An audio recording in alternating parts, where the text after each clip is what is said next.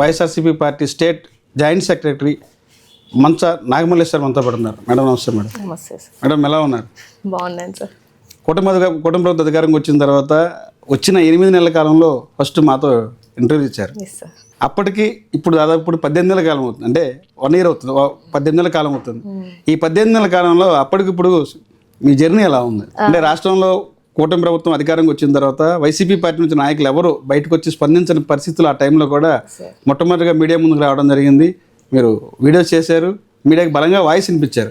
అప్పటికిప్పుడు ఎలా ఉంది మీ గ్రోత్? ఎలా ఉంది పార్టీలో? మీ జర్నీ ఎలా ఉంది టోటల్గా ఈ 18 నెలల కాలంలో? సార్ నేను పార్టీలో జాయిన్ అయ్యి ఇప్పటికి 2.5 years. సో అందులో 18 నెలల కాలం మనం ఓడిపోవడం జరిగింది. సో డే ఫస్ట్ అన్న ఓడిపోయిన రోజు అన్న ప్రెస్ మీట్ అయిన తర్వాత నేను ఫస్ట్ వీడియో నేనే మాట్లాడాను సార్. అప్పటి నుంచి ఇప్పుడు దాకా దగ్గర 1400 వీడియోలు, 100 డిబేట్లు, ఇంటర్వ్యూస్. ఫస్ట్ ఇంటర్వ్యూ మీరే చేశారు నాతో, S4. సో మీకు ప్రత్యేకంగా ధన్యవాదములు. నిజంగా I felt very happy sir నా జర్నీ. ఇంకా అంటే పోరాడే ఏదైతే నేను వాయిస్లెస్గా పోరాడాలి, జనాల పక్షాన నా వాయిస్ వినిపించాలి అనుకున్నాను, ఆ రోజుకి ఈ రోజుకి ఇంకా స్ట్రాంగ్ అయ్యాను. సో ఇంకా బాధ్యతలు నా మీద పెరిగాయి. జగన్ అన్న ఆశీర్వదించి పార్టీ పెద్దలు సజ్జలా గారు, తర్వాత పెద్దలందరూ, అలాగే మా నియోజకవర్గం ఇన్ఛార్జ్ కేకే రాజు గారు, వీళ్ళందరూ నన్ను బ్లెస్ చేసి నాకు రీసెంట్గానే 2 స్టేట్ పదవులు రావడం జరిగింది. సో నేను నమ్ముతాను sir, hard work space of అనుకుంటాను ఎప్పుడు కూడా. నేను డే ఫస్ట్ అన్న చూస్తాడా, అన్నకి నిలబడాలా, లేకపోతే మన వాయిస్ వెళ్తుందా లేదా, లేకపోతే ఏదో పదవుల కోసం ఆశించి నేను వీడియోలు చేయలేదు, కష్టపడలేదు. సో ఎంత నెగిటివ్ ట్రోల్ ఉంది, ఎన్ని పచ్చి బూతులు ఉన్నాయి, చాలా హ్యూమిలేట్ చేయడం, బాడీ షేమింగ్ చేయడం, మార్ఫింగ్ ఫొటోస్, ఇవన్నీ నేను మీ జర్నీలో ఏంటంటే అన్నీ ఉన్నాయి సార్. నా నెగిటివ్ ట్రోలర్స్కి కూడా నేను ఇవాళ థ్యాంక్స్ చెప్తాను. ఎందుకంటే ఆ నెగిటివ్ ట్రోల్స్ వల్ల మనం ఈ స్థాయిలో ఉన్నాం. అట్లీస్ట్ ఆ అమ్మాయికి ఒక సబ్జెక్ట్ ఉంది, సబ్జెక్ట్తో మాట్లాడుతుంది అన్న ఒక విషయం. So definitely it's a very good journey sir. నేను కూడా సాటిస్ఫైడ్గానే ఉన్నాను. పెద్దలకి నా కష్టం తెలిసింది, అన్నకి నా కష్టం తెలిసింది. సో ఇంకా ఈ పదవులు నా మీద ఇంకా బాధ్యత పెంచుతాయి. ఇంకా రాబో 3.5 సంవత్సరాలు ఉంది సార్. డెఫినెట్గా నా వాయిస్ని ఇంకా గట్టిగా వినిపిస్తాను. గతంలో భారతీయ జనతా బీజేపీ పార్టీలో వర్క్ చేశారు, ఒక నియోజకవర్గాన్ని ఇన్ఛార్జిగా ఉన్నారు. ఇప్పుడు వైఎస్ఆర్సీపీ పార్టీలో ఒక ముఖ్య పాత్ర పోషిస్తున్నారు. ఆ పార్టీలో ఉన్నటువంటి సిద్ధాంతాలు ఎలా ఉంది? వైఎస్ఆర్సీపీ పార్టీలో అప్పుడు ఆ పార్టీ మీకు వేరియేషన్ ఏం కనపడుతుంది? అది జాతీయ పార్టీ, ఇదేమో ప్రాంతీయ పార్టీ అంటారు. అంటే సార్ ఒకటి, ఎక్కడైనా కూడా మనకంటూ ఒక ఫ్రీడమ్ ఉండాలి సార్. సో ఎలాంటి పొలిటికల్ లీడర్స్ అయినా భావస్వేచ్ఛ ఉండాలి. భావస్వేచ్ఛ లేని రోజు ఏ పార్టీలో ఉన్నా, ఎంత పెద్ద పొజిషన్లో ఉన్నా కూడా మన గొంతును హరించే విధంగా ఉంటే అది మనకు కొంచెం కష్టంగానే ఉంటుంది సార్. సో అక్కడ కొన్ని RSS సిద్ధాంతాలు అవి నాకు నచ్చలేదు. సో పార్టీ పరంగా మనం వెళ్ళాము, కానీ RSS సిద్ధాంతాలు మన మీద రుద్దుతాము అని అంటే నేను ఒక అంబేద్కర్ యాక్టివిస్ట్గా నేనైతే తీసుకోలేను సార్. డెఫినెట్గా ఇక్కడ నేను చూసినప్పుడు మనకంటూ ఒక ఫ్రీడమ్ ఉంది, భావస్వేచ్ఛ ఉంది, చెప్పగలిగేటువంటి ఒక స్వేచ్ఛ అనేది మనకి ఇచ్చినప్పుడు రైట్ పార్టీ రైట్ థింగ్లోకి రైట్ చాయిస్ తీసుకొని నేను వచ్చానని నేను హ్యాపీగా ఫీల్ అవుతున్నాను. నా 2.5 years కష్టంలో, అంటే పార్టీ ఉన్నప్పుడు కష్టపడడం వేరు, పార్టీ లేనప్పుడు కష్టపడడం వేరు. గతంలో వైఎస్ఆర్సీపీ అపోజిషన్లో ఉన్నప్పుడు తీరు వేరు, ఇప్పుడు ఈ 18 నెలల కాలం తీరు, ఈవెన్ కూటమి ప్రభుత్వం తీరు చాలా దారుణంగా ఉంది. ఇంత ఏమంటారు, ఇంత మరీ వైల్డ్గా వాళ్ళు ఇంతకుముందు ఏమీ బిహేవ్ చేయలేదు. కొంచెం ఒక 80% చేస్తే ఈసారి మళ్ళీ ఛాన్స్ వస్తుందో రాదో, ఈ 5 ఏళ్ల తర్వాత మళ్ళీ మనం ఉంటామో లేదో, మొత్తం ఒకేసారి కక్ష తీర్చేసుకోవాలి అని చాలా దారుణంగా కార్యకర్తల దగ్గర నుంచి అందరినీ ఇబ్బంది. అంటే మీరు ఛాన్స్ వస్తుందో రాదని చెప్పి మీరు అనుమానం వ్యక్తం చేస్తున్నారు. ఒక పక్క డిప్యూటీ సీఎం పవన్ కళ్యాణ్ గారు ఏమో 15 ఏళ్ల పాటు మన కూటమి అధికారంలో ఉండాలి, రాష్ట్రం అభివృద్ధి చెందాలంటే ఈ 3 పార్టీలు కలిసి వెళ్తేనే రాష్ట్ర అభివృద్ధి వస్తుంది అనేది ఆయన చెప్తారు.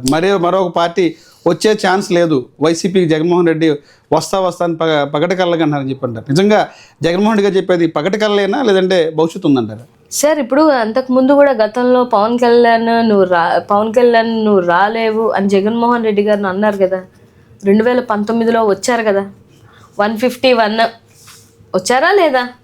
ఇప్పుడు మీరు ఇలా మాట్లాడతారు, ఆయన అలా స్టేట్మెంట్లు ఇచ్చి మీ అందు తెలుస్తాను, జాగ్రత్తగా ఉండండి, మీరు రాలేరు, భూస్థాపితం చేస్తాము ఇలా మాట్లాడతారు. అప్పుడు మేము కౌంటర్ ఇవ్వాలి కదా. 6% ఓట్ షేరింగ్ ఉన్నటువంటి నువ్వే డిప్యూటీ సీఎం అయితే 40% ఓట్ షేరింగ్ ఉండి 1,32,00,000 మంది ఓట్లేసి మమ్మల్ని గెలిపించినటువంటి, అందులో దేశంలో ఎప్పుడు ఎవరితో పొత్తు పెట్టుకోకుండా సింగిల్గా పోటీ చేస్తున్నటువంటి ఒక పార్టీ మళ్ళీ తిరిగి రాలేదా? మీరు మీకు ఊడిగం చేసుకోవాలనుకుంటే 15 సంవత్సరాలు కాకపోతే 40 సంవత్సరాలు ఊడిగం చేసుకోమనండి సార్, మాకు అనవసరం. మీరు ఎన్ని సంవత్సరాలు ఊడిగం చేసుకుంటారనేది మాకు అనవసరం.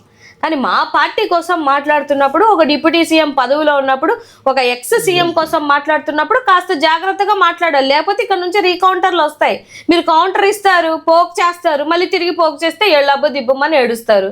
అవకాశం ఎందుకు ఇవ్వాలి మీరు? ఇప్పుడు మీరు ఓ మంచి పదవిలో ఉన్నారు కదా, ఉన్నారా లేరా?